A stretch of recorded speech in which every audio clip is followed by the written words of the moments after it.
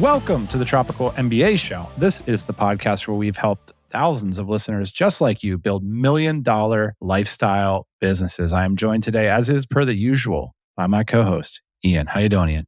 I am doing better than my air conditioner right now, trying to keep up with this Texas heat. What have I done? I left Europe, came back at the peak of summer in Austin. Yeah, smart. Bad decision. Strong logistics. I heard it's like illegal to have air conditioning in Europe now. Is that true? Did you see this news headline? I pretty much only read headlines now, because what's the point in the story? But I didn't read that one. I just read it as like illegal to have your AC below X Celsius or whatever. And I was like, checks out. Seems real. All right. Some housekeeping at the top. Ian and myself are giving away a free DCBKK ticket to one subscriber of the mailing list. So if you're not yet on the mailing list, check it out at tropicalmba.com. We'll have our giveaway information there. I always like to invite someone new. We have hundreds of entrepreneurs, including our DC Black members, our DC Accelerator members, flying to Bangkok in October for our biggest event of the year. It's a total blast. I can't wait. We were just going over the schedule, looking at some of the party venues. I mean, it is like a full-on 4-day immersive experience where many people come early, many people go travel afterwards together, tons of people fly in, fly out. Is it worth it to fly the whole way to Bangkok if you live in North America just for a 4-day event? In this case, yes, it's worth it. Sounds crazy, but it's that much fun. The cool thing about our hotel partner, the Conrad, it is so cheap that you literally make money staying there. Every day you go to the ATM and money just pops out at you and you're staying at a 5-star hotel. And by the way, this is historically speaking a life-changing experience for the people that have won the free ticket before. They've kind of been like halfway in a business. Some of them have been like on their way to great things already.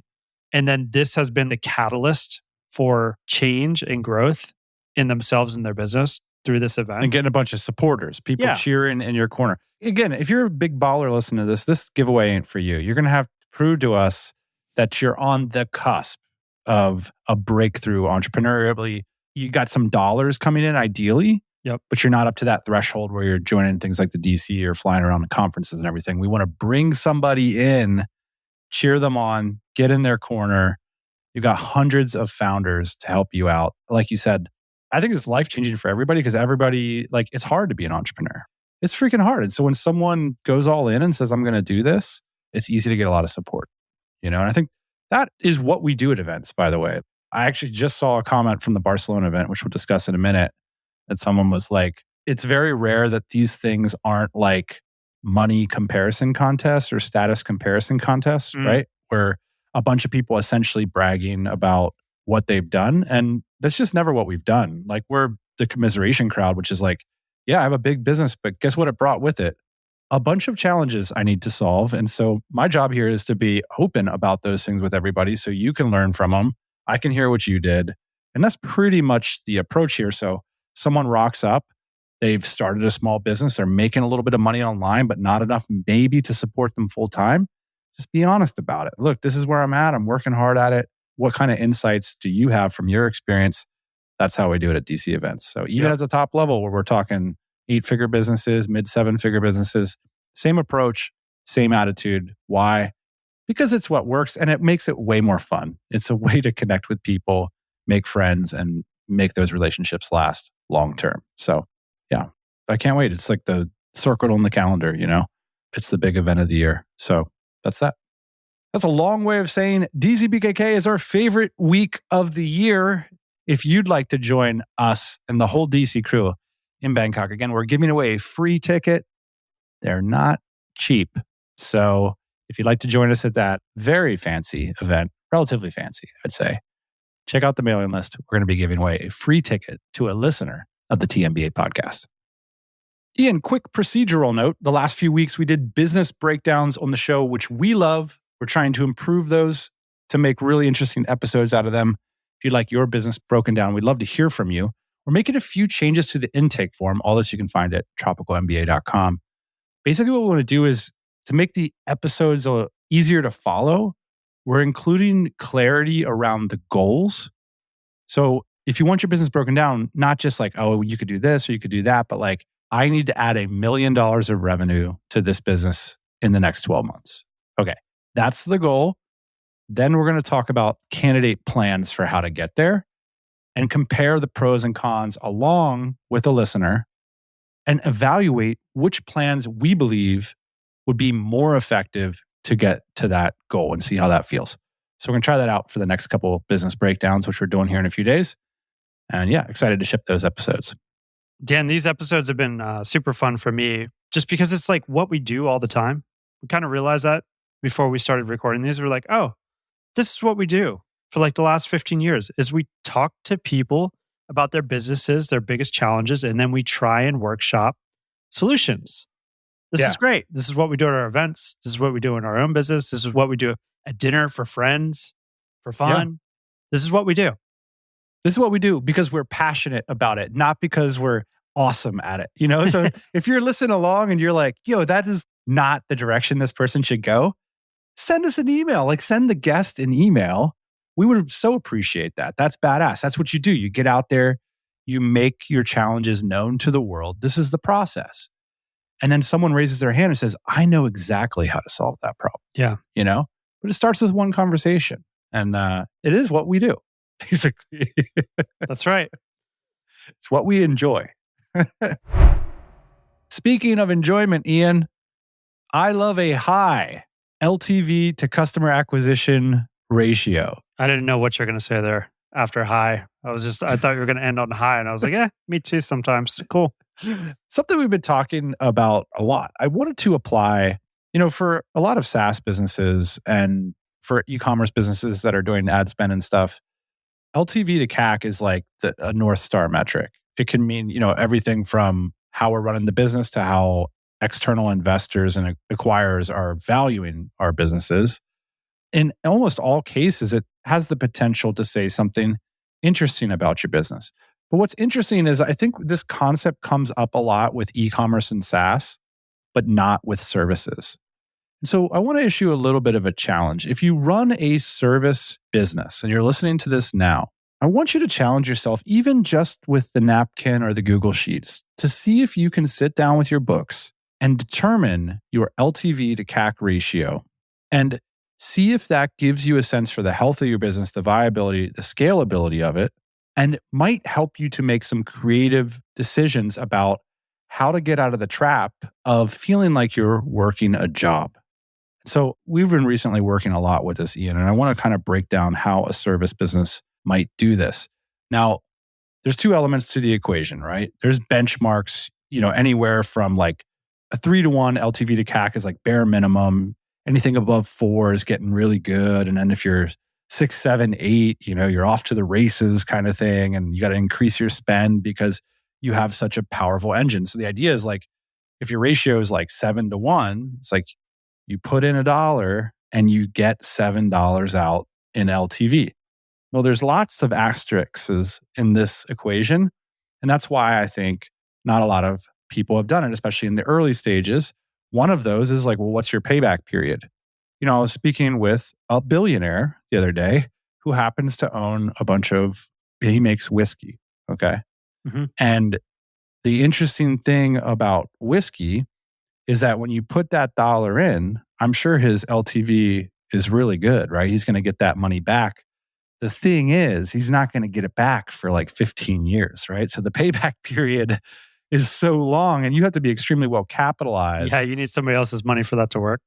Probably. Yeah, in e-commerce, we think about this in terms of inventory turning over and stuff like that. Like when you put the $1 in the machine, when do you get the $1 back out of the machine? So that's one of the caveats. But I just want to talk about how we might apply this to a service business. So traditional CAC is, you know, a lot of people think of it as basically ad spend, like your return on ad spend. Mm-hmm. But there's a lot more included in CAC, like the cost of your creative or content, team expenses, any agencies that you're using to do your marketing, your sales team, your marketing team.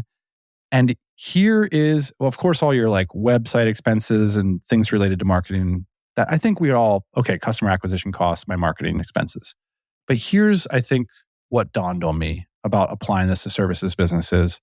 You know how in the past few months we've been talking about making sure you're paying yourself a market wage. Mm-hmm. And we've also been talking about building yourself a job and the fact that it feels like people are going out to conferences and hustling up some business and they have a hard time scaling out of that. Well, one of the ways you can sort of visualize what you've built is you can say, well, my market replacement rate is $150,000 a year for running this marketing agency, say. Now, if you spend half of your time going to conferences, acquiring customers, doing discovery calls, making proposals, filtering bad leads, putting content on social media, the list goes on, but I think you get the idea. A lot of people are going to say, half, I spend 80% of my time, or I spend 100% of my time. Well, take that percentage, say it's 50%, take $75,000, and now that goes in to your CAC. Your customer acquisition costs include that $75,000, or otherwise half of your market rate. Then we take our LTV. LTV can be a little bit tricky because you have to figure it out based on gross margin. We're not going to do it based on revenue. We're going to take the actual value the company's taking in after cost of goods. And we are going to have to estimate in some cases like what the likely rebuy rate is, what the likely expansion rate is. A lot of more sophisticated companies, once you get this top level metric, you break it into product lines and stuff like that. But at the end of the day, you're left with something, right? And if that ratio is 2 to 1, 2.75 to 1, or even in some cases 3 to 1, and you have to have the client for 2 years to get your money back, this is a mathematical representation of what a job feels like. A job, you think about that low gearing, like I'm in first gear here. I'm showing up to the desk and I'm getting paid in return for my time. That's like 1-to-1 LTV to CAC ratio. And as we grow a business, we want to push that number up to 3-to-1. And then we want to build a great business 4-to-1, 5-to-1. And we're going to get our cash back sooner. So people pay up front, stuff like this. And now we have a cash generating machine. And a service business can be this if we design around these column mechanical principles, right? We're designing this cash generating machine. And so I think if you take a look at this ratio, the powerful thing is before it was like, oh my God, my delivery team and I'm flying around at these conferences and I'm stressed out and I can't scale this thing. Well, the new thing is like, well, I'm at 2.5 to 1. That's my LTV to CAC ratio. My payback rate is like 14 months. Mm-hmm. All right. Well, so now what would it take to get me to a basic benchmark of health? Payback rate of 7 or 8 months, 6 months, and a 3-to-1 LTV to CAC ratio on the way to 4-to-1. And like, what changes would I have to make? And I think that that's really the sort of calculus that we need to think about to improve our cash flow, to improve our mousetrap, because that's the cash that we're ultimately going to use to scale the thing and to really build a wealth generation machine versus simply a job. It's leverage at the end of the day. Yeah, I think you're right to point out service-based businesses too, because a lot of it is, especially like pre-$1 million, a lot of it is like founder hustle. And it makes sense, right? These businesses are built on founder relationships, potentially, or like specific insights that a founder has, but not necessarily ads, depending on where that business is. So if what you're saying is basically like you spend like 50% of your time, you make 150 grand, hypothetically, in some cases, $75,000 of that should be attributed towards your CAC. Then the problem also becomes like, how does that scale? So like, you probably can't hire somebody to go out there and do what you're doing because it would be like way more expensive. You couldn't get it done for 75 grand. Well, then that's the wrong CAC, right? Right. Because assuming you have the revenue to take it out, like you should be paying yourself a market wage for what you're doing. So by definition, you could bring in somebody for 150 grand to do what you're doing. If not, something's off in the mousetrap. That's exactly the point, which is like you might quickly discover once you put in appropriate numbers for your CAC that the business actually just doesn't work. This isn't going to work. If I have to bring in other people to do this, it's just not going to work. The other thing that some people, I think in this case, discover is they look at their numbers and they have like a huge ratio, right? Like it's like, oh, it's 10 to 1. I'm doing great. But the reality is the business was built on the relationships that you have, and you actually haven't had to spend money on marketing yet. So when you have to, again, spend money on marketing, and maybe you can't do it through the relationships anymore, maybe it has to be ad space. You've tapped those out. Yeah. Then all of a sudden you have to compete with everybody else that's buying ads in your space. You have to put your product next to everybody else's product and pay the price basically in like the bigger market. And then also you could realize that it's not a viable solution, that it's not going to work in terms of a business. Fair. And then that's what's so cool about this is like, if you're coming back at 8-1 and you know you can figure out how fast the cash is coming back, well, now we can start to take some serious risks because we have a powerful cash flow engine. And it ought to be then a priority if you want to grow the engine, the power of the engine. You can operate at a 5-1 ratio. That's still a great business. Yeah. So now you have a ton of margin there to go out and build another channel that brings in high quality customers. To your point, it might not be as powerful as whatever you were doing at 8-1, but if it comes in at 4-1 and now you're averaging out somewhere in between, you're golden. And sophisticated companies do actually track this, like the incremental marketing spend, see how it affects the ratio. And ultimately, you want to optimize for the channels that are giving you the best cash return. And we do this intuitively, but I actually think of like having some concrete there where you know the ratio and you're looking at it and you know how many real dollars are involved. Now you can carve off a piece of it and go run marketing experiments because you know that engine is producing results. And if it's not always going to be the case that you need to do marketing more, right? It could be that you need to increase how much you're charging. It could be that you need to increase how much you're doing expansion revenue or retention. There's all different ways that you can build the power of your cash machine and get your ratio better. So it's not simply spending more marketing dollars. In fact, sometimes that can be the trickiest thing to do. And generally speaking, if it's working to say like you make 150 grand a year and you like fly around to all these conferences, and the challenge is like you have the scale of the dollars is such, you have a small enough business that even if your LTV to CAC is great, you don't want to bring in someone for 150, right? Because that kind of like blows up the business. Mm-hmm. So you can start by like sort of looking as close as possible to what's already working.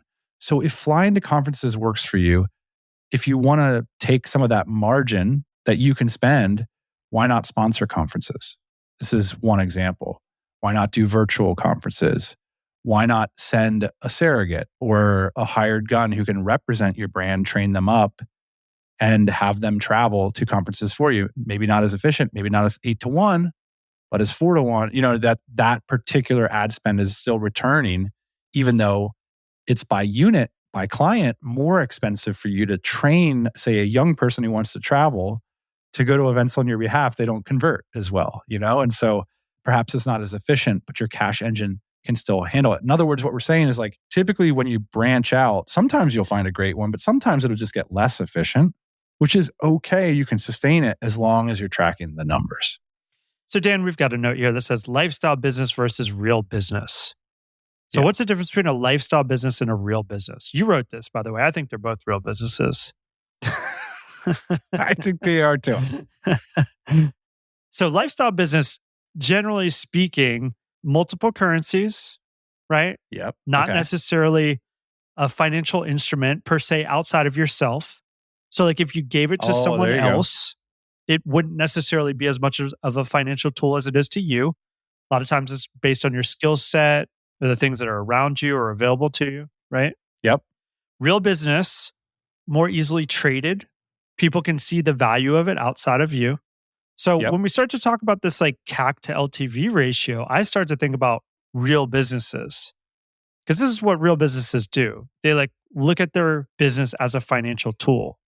Yeah, this is like how an investor would look at your business. Like they would care about this. Right. And a lot of us don't know. I do think that that's like the distinction. Well, why don't we know? We don't know because we make a lot of money from our businesses and that's fine. Yeah. Right? Or we make enough money from our businesses, another case, and that's fine. Why? Because that's my lifestyle. And like I'm happy to do this work, make that money, and I don't need investors and I don't need people to buy this thing. So therefore, it's not real to you. It's not real. It is a lifestyle business. Yes. Right. here's the thing about lifestyle business versus a real business is like, I think that fence is always moving. It's like a moving target. When we started this show, a lifestyle business wasn't a 37 Signals and Basecamp and all that, but like that, they got accused of that. And I think everybody calls that a real business now. Yeah. But okay. When we got started, we weren't going to call it Lifestyle Business Podcast because that was like somebody retiring to Mexico and like opening up a hostel that like covers their hostel room, or opening up a beach bar that supplements, you know what I mean? But there's this sort of whole other side of it, which is like a lifestyle business is designed for the founder to make the sort of income they want to make based on their parameters, So in some sense, it is kind of like building yourself a job. By that definition, that is building yourself a job. And the thing that occurred to me when you like first brought up the topic was, I think it might be the case that like running a quote real business is easier, because now all of a sudden you're not like building your own little like nook in the corner of the world. You're building this asset that's like transferable and legible and investable and scalable. It's all of the ables. It's all of a sudden all of the ables. It's not like this weird, quirky, idiosyncratic thing. And part of the way we put our lifestyle businesses onto the map is we know some critical numbers. Like when you go to DC Black Meetup, all of these people are maverick, renegade, lifestyle, like doing their own thing. But you ask them LTV to CAC, they know it. You ask them what the most important North Star metric is, they know it. They know these things about their business because they've built scalable, investable assets. So I do think that there is a difference there. And a lot of times with lifestyle business, the reality is one of the reasons they're harder to run is because, okay, they might benefit in the early days from like the unique insight of the founder or like the unique passion, but they're also held back by all those things too. Because if they continue to simply be that, so many of the things that hold these businesses back are the founder being unwilling to scale their mindset, as an example, scale their skill set. And at the end of the day, I think it's easier to just run a real business that gives you the lifestyle than to start a lifestyle business. Maybe 15 years into the game, I've come to that conclusion. Because when we have all these numbers and we can like talk to people that are super knowledgeable and have been through this 1,000 times, it just makes it so much easier rather than being precious about it. And it comes back to the top of the show, which is like, it's also easier just to be conventional about what you're trying to achieve. Keep your private goals of like your beach bar and stuff to yourself, but set a goal for the business. You know what I mean? Like we're trying to grow 25% this year. We're trying to go 35%. We're trying to go 100%. So that way, when you find yourself at an event with other smart people that know about businesses, they can help you. 100%. It's just about you, your kind of value stuff, and it just makes it harder. It just makes it harder. The whole time you're talking about that, all I'm thinking about is Jimmy Buffett. And Jimmy Buffett could have easily just gone out and started his bar, but instead he started a franchise off a song. And I heard he didn't even like drink that much. So no, he was busy making money. Exactly. That's what Jimmy Buffett was doing. He was selling shovels to the gold rush. I mean, how does this all tie together? What is the better way to achieve a lifestyle business? Is it to A, build it with this like tight set of constraints of things only you're willing to do, because that works a lot? Or is it B, to build like a high leverage cash generation machine that leverage in and itself implies a level of personal freedom? I think you can approach it from both angles. It's a cool part about all this. But I think having a real numbers focus, like a lot of our DC Black clients do, they're just on it. Like just get their businesses at a level. And I think if you can start to model that, and here's the interesting thing about these $1 million businesses, is that all of them are in it for the lifestyle. The lifestyle of freedom. For some of them, it's like nerding out and working really hard. For some of them, it's more time with it. Everybody has their own unique little path, right? Whether it's families, hobbies, traveling, getting wealthy. Like there's as many motivations as there are people. Yep. But at the end of the day, it's that freedom and agency we're looking through, and wealth through the businesses. So if their end game is that they know all this stuff, they know how investable they are, they know how all this stuff. Well, then why not start there? And that was my fundamental conclusion. So here's a question that I posed to the audience. And I was thinking about it for myself. I was like, well, what's something you've changed your mind about in business in the past half a decade, or whatever? Choose your time frame. And for me, I used to come on the show all the time and be like, just sell your way out of this stuff. When you start a business, don't worry about the numbers. Just sell, sell, sell. And personally, based on my experience, maybe that makes sense depending on where you're at in your career, but I will never do that again. I will never just put a price on something and try to sell as many as possible, put all my receipts in a shoebox, and have the bookkeeper take care of it at the end of the year. Because I want to, as I'm proceeding, understand the machine that I'm building. I want to know the ratios. I want to know the LTV to CAC ratio. I want to know the key North Star metrics in the company. I want to design products that can be delivered efficiently. And so I will have a coach, a head of finance, a part-time CFO that comes in and looks at stuff, even if I'm at $1. So I think that basically is my takeaway from Barcelona, is something I've changed my mind about, is that having these numbers and information is so empowering to making decisions, and especially hard ones. So if they're useful for making hard decisions, that means it makes it easier. And so we come back to the top. It's like, is it hard to figure out your LTV to CAC ratio? Yeah, maybe a little bit. It's like harder than figuring out the average KPI, or the average metric or whatever. It's certainly harder than figuring out your revenue. But is it harder than making like all those hard decisions that you are struggling with? No. And it could very well help you. And so it's a long way of saying I've changed my mind. Change your mind about those kids that go to business school. No, I haven't. I didn't say that. Because those people, they shoot out of that cannon. And they don't start a lifestyle business because they run the numbers. You need to reach across the aisle. You need a little bit of both. Cool. Ian, one of the things we wrote down here is an observation of yours based on our event in Barcelona, was essentially the efficiency at which people are solving problems at these events. I'm curious if you could bring us into that world a little bit. I mean, it's just one of the many things that I noticed when we were in Barcelona. Nearly 40 business owners of multi-million-dollar companies came together. The way that people were approaching the problems, I always think it's super interesting, especially as you get into the larger businesses. When people come to these events, most of the time they have something that they're trying to accomplish, or many things that they're trying to accomplish. And it is their goal to get through that event accomplishing that thing. And when you have nearly 40 other entrepreneurs with similar but different experiences, but all having larger businesses, you can most likely plow through that problem. So one of the problems that got solved over the weekend was a pricing problem. It's just like sat down, banged it out with some friends, and like now I have a way forward. And there was like multiple of those situations that got solved throughout the weekend.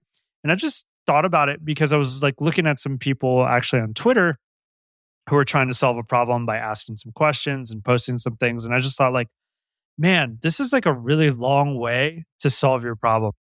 There's so many faster ways, like show up to a mastermind, show up to this event in Barcelona, and like you get to leave with your problem solved. The people that I saw on Twitter, like it's going to take them 2 years to solve their problem. I know, because of the way that they're approaching it and the amount of responses that they got. I was just like, God, just get in a room with some people and get this done. 100% agree. Yeah. It's remarkable. If you get in the right room, the problems start to melt away, or at least traction. Yeah. Major traction in a lot of directions, for sure. Most of the things that got pounded through were like actual problems, but even theories get tested at events like this, which I think is really fun. Because you get to bring like your hot takes to your business friends. Yeah. And be like, hey, what do you guys think about this? Like CAC to LTV ratio, or like, what do you think about like this problem that everybody's having? And you get to put it to bed, which is nice, because I find in the real world, a lot of these problems, they don't get put to bed for like 5 or 10 years. It's crazy. Yeah. Because you just don't have the time or the access to like get through them with people the same way that you would in person. So high fidelity problem solving is what I saw in Barcelona. Speaking of hot takes, I got one for you. I'm going to pitch it to you. I think we've talked about it on the show before, but something I noticed in the beautiful city of Barcelona, Ian. Not only is it probably my favorite place in the world, but it is so affordable. If it were way more expensive, I would still love it. Okay. I'm willing to spend more, but I don't have to. And it just adds just that little extra bit of pleasure. So something that I was thinking about walking down the street, looking at the prices of goods and thinking, a lot of travel, there's different motivations for everybody. Sometimes, I like to get a bunch of books out and read about the history of a place, meet some locals, go on adventures, all that kind of stuff. But a lot of it is essentially you're doing consumptive behaviors.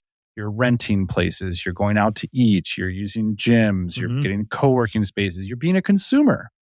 And so much of what motivates like medium and long-term travel is sort of how good of a consumer can you be in these places. This is what animates digital nomadism. Like it sort of dawned on me, we did this podcast where we like went over the whole history of digital nomadism since like the first person mentioned it in a book in like the early 20th century or something. At the end of the day, you can kind of just boil it down to currency arbitrage. You can. You know how like Marxism boils everything down to like capital and labor? There's a lens where you just look at digital nomadism as currency arbitrage. And I think it's kind of interesting to do this. So here's the magic ratio. It's 3-1. So 3-1, which means if you can pull from your company or if you earn remotely 3 times the average salary of a place, I believe you can live a relatively luxurious consumer lifestyle. It might not make you a great investor. It might not make you wealthy, but at least you can live a baller, right? You can do some baller things. You can go on vacations. You can get regular massages. You can have a personal trainer down at the gym. You can go to the nicest restaurants in town. Those sorts of things. You can go on weekend vacations and stay in nice hotels, right? Maybe not every single weekend, but relatively speaking here, this is a rule of thumb. So you can start to go around and apply this. So for example, in Barcelona, the average salary is around $30,000. And for my math, it does check out that if you can pull $90,000 from your company, you're going to be able to do weekend trips. Yeah. The hotel I stayed in Barcelona had a pool on the roof. It was $100 a night. What are you going to get in Dallas for that? You know what I mean? Side of the highway. The price will definitely be displayed on the sign. It might be less than $100, but and it might be noted for those of you who haven't been to Europe yet. I'm like in a downtown right in the middle of Barcelona where I can walk to 1,000 restaurants. Like I am on this vibrant street. We can jump on a train for $15 and go anywhere in Catalonia, whether it's a beach or a mountain or a vineyard. And you can stay there for ostensibly less than $100 a night because I'm staying for $100 a night in the middle of all the action. Yeah. So I just thought it's just an interesting reintroduction to this wonderful concept of a lot of us make money in powerful currencies on the internet. And I think it's just such a consumer joy to be able to like go and just enjoy places with less stress. And I kind of had this little thought. There's 2 related thoughts, which is like, I wonder if for the average salary, so there's 3-1 ratio. For the average salary, you're kind of getting the basics. And then if you make 2 times, you're kind of getting those like basic luxuries, going out to eat a little bit, going to a baseball game here and there, going to a football match. And then for 3 times, you're starting to move into like, more consumer luxury items. It just makes me think that like all buying power is essentially relative. And I think that that's something that you really feel in Barcelona. And it informs this kind of reverse stair step we see with a lot of founders that leverage this idea where you move to South America or Asia to kind of bootstrap. And then as your salary gets larger, now we're going to places that are middle of the range. And if we make enough money, we can live in places like the UK, Canada, the US. Because if you look at the average salary in the US, if you're making double that, which is a lot of money almost everywhere in the world, that only gets you to like basic luxuries, like going out to eat every now and then and stuff like that. It doesn't get you into that category of being able to like have services and all those sorts of luxury items. They just aren't affordable at all. By the way, like this is a long thing, but like when I say like boiling all the digital nomad math down to this is, I think too, a lot of nomads critique first world countries based on this. But if you actually average it out for buying power, I think the countries would even out quite a lot more. So if you adjusted the average salary to equal, how does it change your perspective? If you had the same ratio of income to the average, what does it feel like to live in Spain or to live in Canada versus Thailand or Panama or Colombia? So if you're a digital nomad right now, it's interesting math to do. Like, does it change your perspective if you actually just take the ratio and imagine you made that much money in the other country? Would you perhaps think about the situation differently? Yeah. And then maybe it just comes down to personal preference at that point. Yeah. This happened even with Austin. And so this is like, it's a digital nomad ratio, but it's also just like an arbitrage ratio of sorts. You know, Jason Calacanis is moving to Austin. Joe Rogan moved to Austin. All these people are moving to Austin. Why did they move to Austin? For the same reason I moved to Austin, which is I can buy and afford so much more than I could when I lived in California. Yeah. So much more. Straight up. My lifestyle is way better here.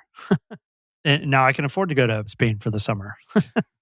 But I think what you're saying ultimately is like live in a place that you can live like the wealthy, wherever that is, based on your income. There, you nailed it. Be relatively wealthy. That's the new tagline for the podcast. Yeah. Be relatively wealthy. There was one listener a while back who was like, you guys were the podcast where you're talking about living like millionaires before you were millionaires. And it's like, yeah, there's like, that is this exact math. It's like you're using the internet opened up that math where it's like, let's sell stuff in California and live in Texas or live in Thailand. It's interesting to revisit, to walk down the streets of Barcelona and just think, wow, what an incredible value. And it all boils down to the fact that we're selling in these strong currencies. Yep. So pretty cool. All right. That's it for this week. Thanks for joining me, Ian. Hope you have a great weekend. I'm going to bed, man. I'm very jet lagged and excited to pass out in my soup here at around 6 p.m. So I will see you when I emerge. Cheers, man. Become a Tropical MBA insider today at tropicalmba.com. It's 100% free. You'll get access to some of our best business building resources, templates on everything from quarterly plans to budgets. We even have monthly giveaways, and you'll get a free copy of our book outlining exactly how you can build a multi-million-dollar exit. All that plus a weekly email from yours truly. Join the fun over at tropicalmba.com.